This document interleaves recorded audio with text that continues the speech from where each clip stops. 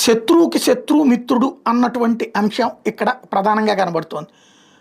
ఏదైతే వాస్తవానికి ఇజ్రాయెల్కి ఒకప్పుడు సుదీర్ఘకాలం పాటు ముస్లిం దేశాలు వ్యతిరేకం 23 దేశాలు కలిసి అప్పట్లో వ్యతిరేకంగా దాన్ని నాశనం చేయబోతే అది కాస్త తిరగబడి పోరాడినటువంటి సందర్భం చూసాం. ఇప్పుడు వచ్చేటప్పటికి సౌదీ అరేబియా తాజాగా సహాయం చేస్తోంది ఇజ్రాయెల్కి అన్నటువంటిది కొత్త కాన్సెప్ట్. సౌదీ అరేబియా ఇజ్రాయెల్కి రహస్య సహాయం చేస్తుంది ఆర్థికంగా.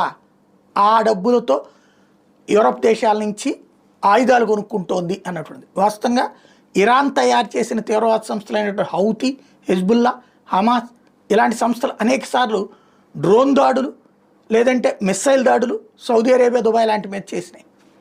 ఇక్కడ ఇది షియా, అది సున్నీ సంబంధించినటువంటి తెగల వ్యవస్థ అయింది, లేదంటే వీళ్ళకి వ్యతిరేకం వాళ్ళదే అయినటువంటిది.